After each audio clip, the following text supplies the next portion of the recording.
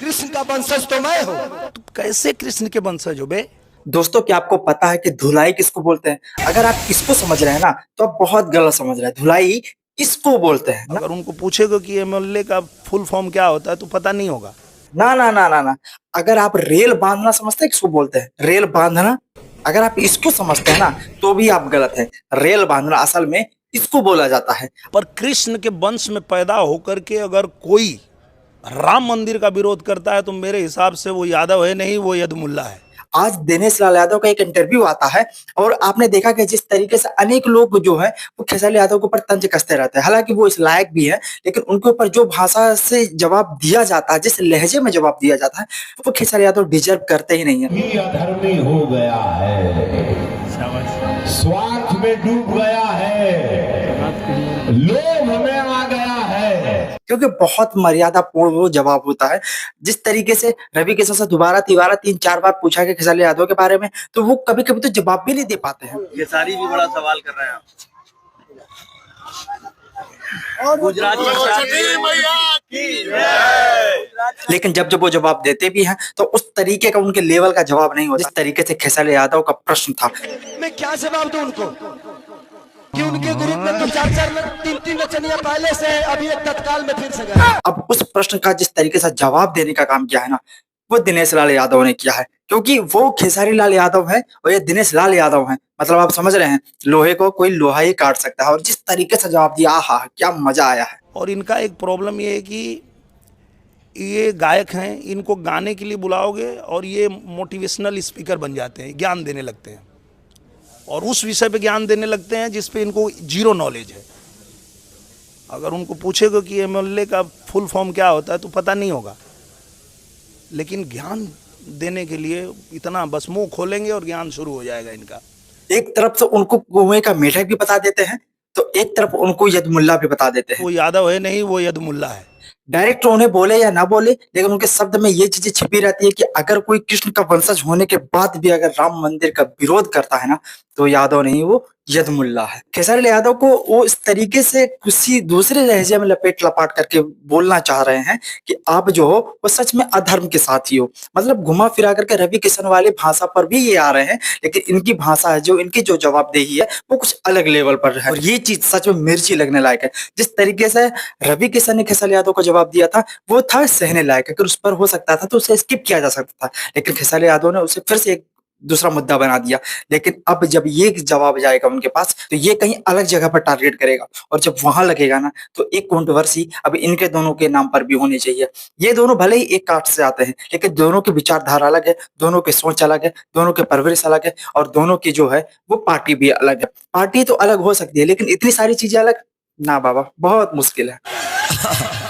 भाई हमारा के तो पूरा लोग घेर ले ले बा, केंद्र से लेके जितना हमारे बड़ भाई लोग आशीर्वाद दे के हमारे के बड़ा कैले बा, सब जना हमारे पे बोलता। खेसारी यादव का वो बहुत पहले का इंटरव्यू था, जहां पर वो हमें लगता है कि 16-17 के आसपास की कुछ चीजें थी। उस समय उनसे पूछा गया था, तो उस समय वो बोले थे कि हाँ, राम मंदिर की जगह अगर हॉस्पिटल बन गया होता तो ये होता कि हिंदू का भी इलाज होता और मुस्लिम का भी इलाज होता और ये दोनों ही आपस में लड़ रहे हैं उस मंदिर के लिए। लेकिन उस बेवकूफ को ये नहीं पता था कि इनकी कितनी पीढ़ियां खफा दी गई हैं, कितने लाखों लोग उस पर अपनी जान की कुर्बानी दिए हैं, कितने लोग राम मंदिर के लिए शहीद हो गए। क्या उनके प्राणों के बलिदान का कोई महत्व ही नहीं है, कोई मतलब ही नहीं है?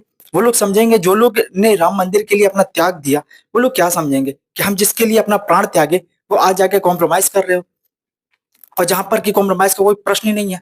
तो ये चीज उन्होंने जो ये शब्द का प्रयोग किया है दिनेश लाल यादव, ये बहुत बखूबी, और मुझे नहीं लगता कि इस शब्द से ज्यादा कोई ज्यादा मतलब निकल सकता है। राम मंदिर के विरोध में बात करने वाला यादव हो ही नहीं सकता है, वो यादुमुल्ला हो चुका है। मतलब कि कोई और लहजे में बोला जाता तो भी उतना मतलब नहीं निकल, क्योंकि एक शब्द को जो टारगेट करके बोला गया ना, ये परफेक्ट बैठ रहा है। अब इंतजार भी ज्यादा नहीं करना, क्योंकि खेसारी यादव कैंपेनिंग में ही चल रहे हैं और ये प्रश्न खेसारी यादव से शायद पूछ लिया गया हो। हमारा ये जब तक वीडियो आता है तब तक हो सकता है कि उनसे सवाल पूछ लिया गया हो और वो कोई ना कोई जवाब दे भी दिए होंगे, क्योंकि ना तो वो जवाब देने में कम है और ना तो सवाल करने में कम है। तो वो चाहे सेंस बने ना बने, सेंस से उनका कोई लेना देना तो होता नहीं, उनको मुंह से बोलना है। जिस तरीके से अपने तमाम वीडियो में बोला कि उनको बोलने से मतलब होता है, वो सिर्फ बोल देते हैं। और ये टारगेटिंग जिस तरीके से लोगों को लग रहा था अब तक कि दिनेश लाल यादव हो गए, रवि किशन हो गए या मनोज तिवारी हो गए, ये लोग जो है कंट्रोवर्सी में नहीं पड़ते, केवल पवन सिंह खेसारी के बीच ही होती है।